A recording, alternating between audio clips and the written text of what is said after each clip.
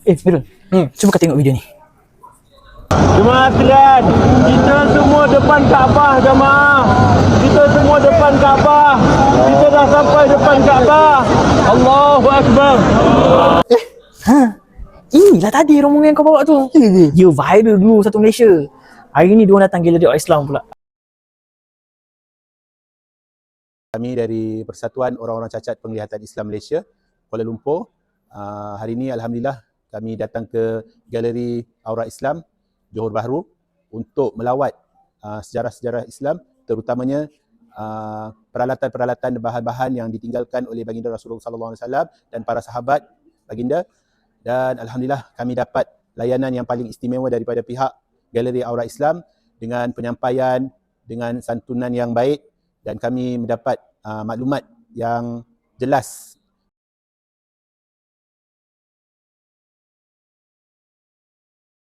Tadi masa rombongan tadi tu pun aku rasa tak sebab juga. Betul lah kan. Yalah, kita ni dapat melihat tapi kita jarang syukuri. Dia orang yang tak dapat melihat pun, tapi aku tengok dia orang punya reaction tu, betapa nikmatnya dia orang boleh dapat datang sini, rasai keindahan Latifah dekat sini kan. Betul. InsyaAllah hebat tu kot ya. Anda bila lagi?